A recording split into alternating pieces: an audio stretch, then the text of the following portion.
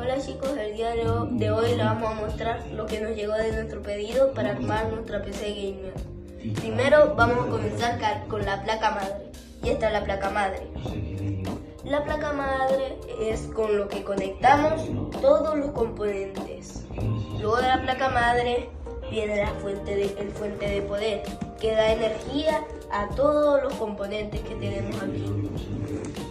Luego la tarjeta de video, que muestra todos los videos que tenemos que transmitir desde nuestro dispositivo que usemos.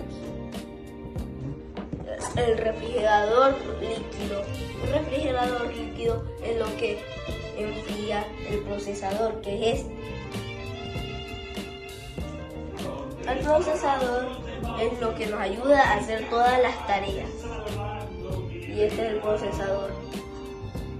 Y aquí tenemos nuestras dos memorias RAM. Entre más memoria RAM tengamos, más pestañas podemos abrir. Chao chicos.